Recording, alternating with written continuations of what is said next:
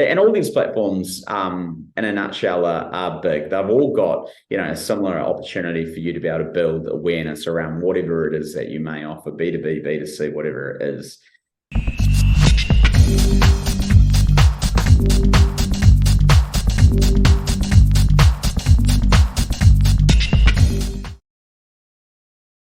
Kia ora team, Richard Liu here, editor at nzentrepreneur.co.nz, and today on the Knowledge Base, stoked to be joined by Brent Ireland. Brent is the Chief Executive of Collab. They're an expert in the field of social media, work with some pretty epic brands here in New Zealand, and so looking forward to finding out more about that. Brent, thank you so much for taking the time to chat to us today. You're welcome. Look forward to it. Awesome. As always, for those who may not have heard about Collab yet, can you give us sort of the elevator pitch? Who is it you sort of work with, and what are the kinds of problems that you help people solve? Yeah, cool. So look, Collab is obviously a New Zealand-based digital marketing agency. People generally come to us with a problem, and then we use good marketing and strategy to then solve that problem. And we do that in a few different ways. So probably the biggest part of what we do in our bread and butter would be social media, and the beast that is, which is obviously what we're talking about today. The next part to that is fueling that beast with content. So we do videography and video production at the highest degree, all the way down to, a basic reel, photography, graphic design, animation, illustration. And then the last piece of the puzzle that we offer our clients is web dev. So what we get to do is we get to control the full kind of cycle, or circle as we call it.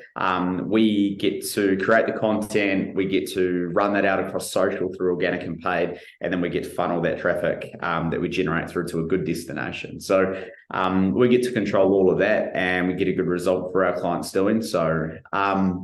In terms of clients, look, we're really lucky. I mean, we've been doing this now for coming up 8 years. We've got a dedicated team who, as far as I'm concerned, are some of the best in the business. But we get to work with lots of clients. Probably maybe a quarter of our work is local. The rest is kind of international. There's some bigger national stuff that we do, but most of it is Australia and Singapore, which are two huge markets for us. And I nearly fell off my chair when I realized the other day that LinkedIn itself has been around for 20 years now, started in 2003, and social media with us, I guess that was sort of one of the first platforms. So we've now had social media in our lives for 2 decades, pretty staggering. And I just want to start off by asking you, for anyone in business who is not yet convinced, or maybe they were a naysayer way back when and thought, oh, the social media things are bad, can you think of any reason why anyone in business should not be on social media today? Yeah, it's a really good question. And often, it's a question that comes up with people that we are having discussions with. But generally speaking, B2C, B2B, there's a platform that will serve the specific purpose in terms of you wanting to reach and engage, whoever the audience may be. LinkedIn is the only one that really does play in that B2B space at scale, and it does a good job at it. And at the same time, you then have, the likes of Facebook and Instagram and TikTok, which generally speaking are probably the 3 platforms that are the biggest mix from a B2C standpoint. But what we're seeing at the moment is certainly brands, even from a B2B standpoint, cross over to, consumer platforms. So we obviously, we term Facebook and Instagram and TikTok specifically as being more consumer focused. But look, regardless of who you want to reach and what you want to say to them, there's a platform, there's a vehicle for you to deliver that message. It really comes down to what the message is, and then leveraging the audience behavior of how people use those platforms. If you're in business and you're not on social media and whatever that platform may be, then you're really, really, really, really handicapping yourself in terms of the potential for brand awareness, for driving engagement, for increasing overall understanding of who you are and what it is that you do. There's so many reasons why social media is beneficial for business. And not to mention the paid ad side of things is probably the cheapest in terms of running ad campaigns by a country mile, to be honest. So the short answer to that is no. I can't think of any reason why they shouldn't be there. I can think of 1,000 why they should. Let's talk about social media strategy 2023/2024. talked about a few of the platforms. But if I'm new to business, and so probably I'm already using social media of some sort in my own life. But if I'm launching a brand or standing up a new venture, if I could just do 3 things that are going to set me up powerfully for maximizing or leveraging social media, as best I can for my business growth, what would those 3 things be? And I know that's probably quite a difficult question for you. Yeah. Yeah. It is a really good question, though. And to be honest, the mix of what's most important is a little bit different for every single person and every single business or brand that we deal with. But there are 3 very specific things. And the first one, it isn't actually directly related to social media, but it's brand, and it's having a brand toolkit, right? So when we say brand and brand toolkit, it's literally having a bank of, digital friendly assets. So logos, the fundamentals of how those logos are used, the colors, the fonts, all those brand, I guess, core pieces that you really need in play and that inform consistency, right? So where we often see people go wrong is that they don't have any of that sorted, and all of a sudden the social media that they are running does look a little bit like a dog's breakfast. It's not consistent. It's all over the show.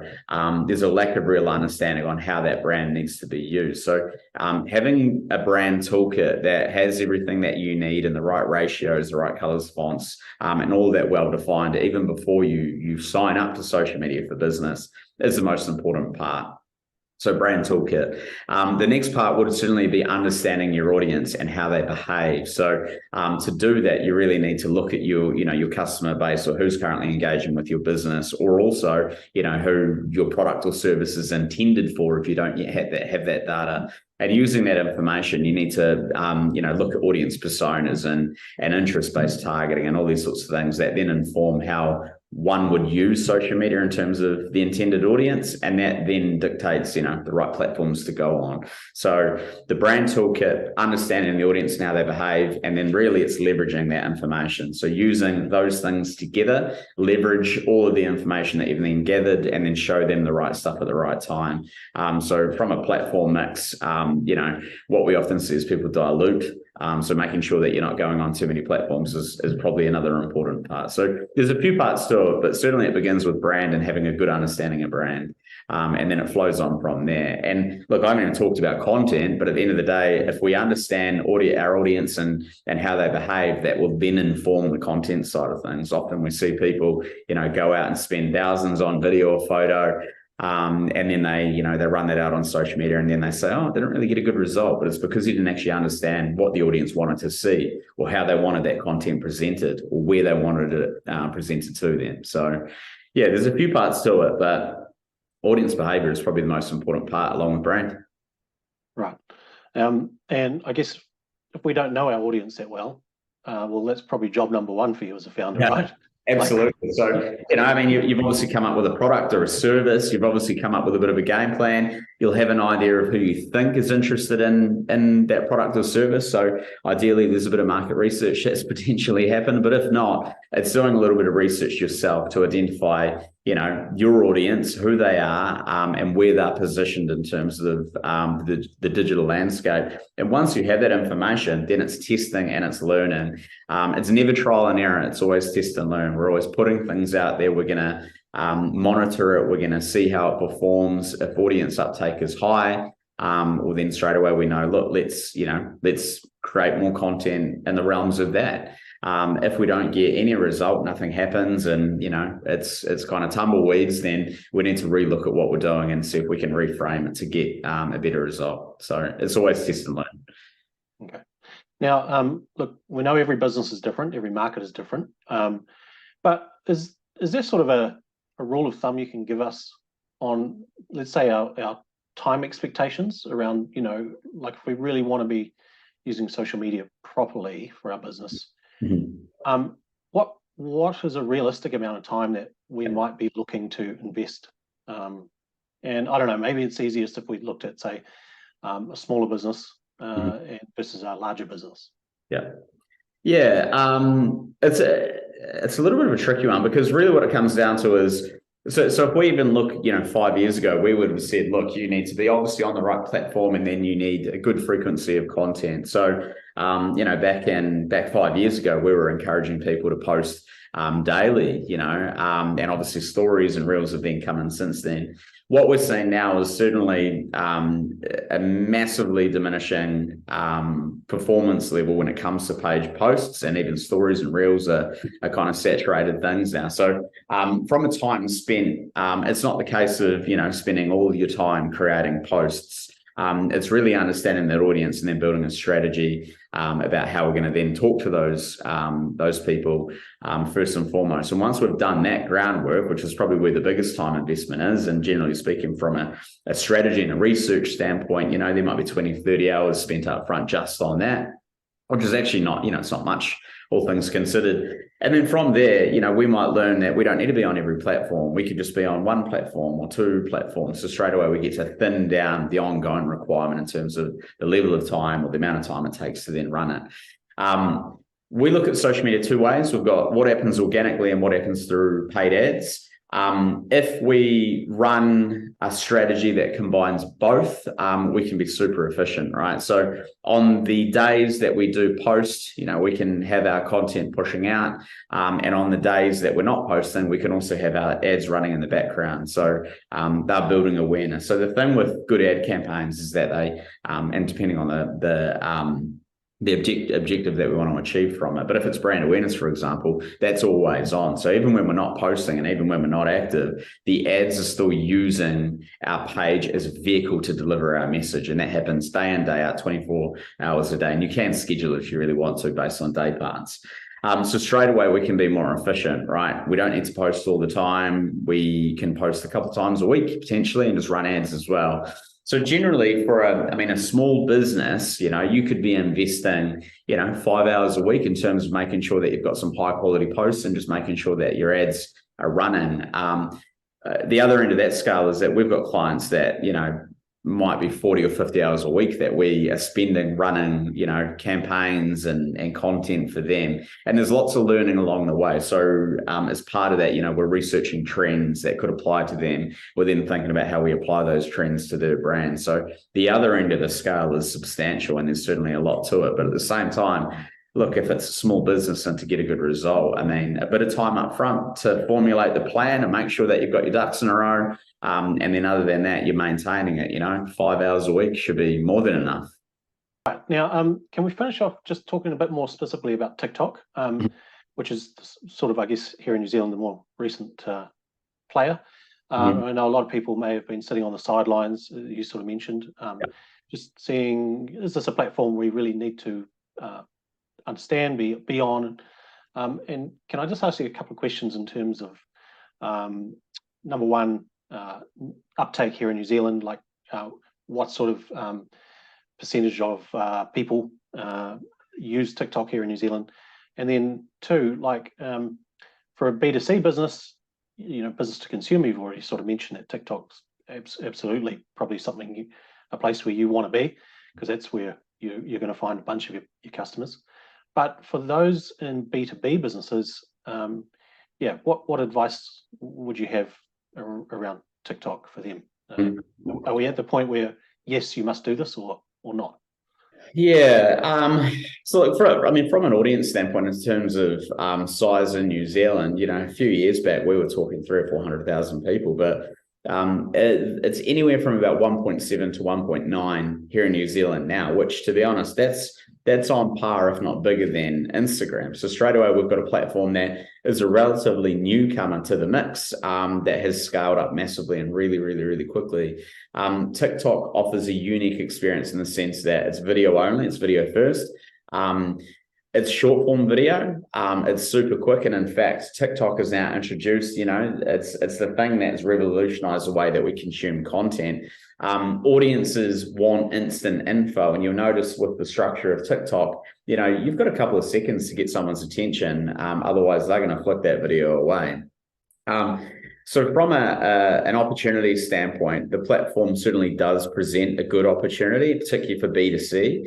From an advertising perspective, the best way to explain ads on TikTok right now is if you look at advertising on any platform, essentially you're walking into a bidding room, an auction room, I should say, and you're going to be placing a bid to show up to a specific audience, right? If you look at Facebook or Instagram, that auction room is full. It's jam-packed. There's lots of people bidding for the exact same people that you're wanting to reach. So that's driving the cost up, right? TikTok, as far as we're concerned right now, based on the performance that we see, that auction room is near on empty. It is massively cost effective in terms of driving awareness and traffic. So straight away, for a long time, I think people did sit on the sidelines, ourselves included, but now we're actually jumping onto that platform and we're taking the bull by the horns, and we're seeing a great result for that. So look, certainly an opportunity for B2C. B2B, different story, is a little bit trickier.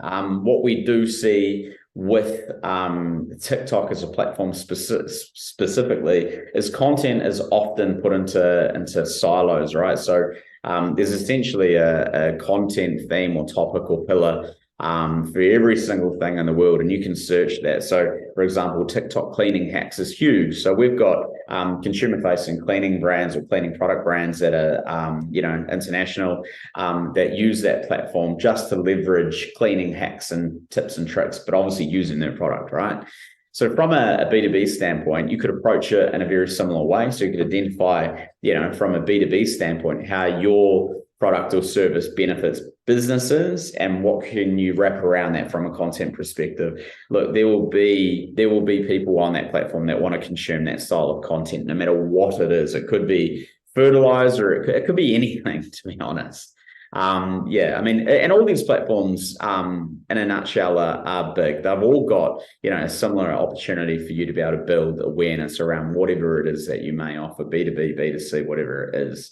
Thank you so much for joining us today. That was Brent Ireland, Chief Executive at Collab. Go check him out.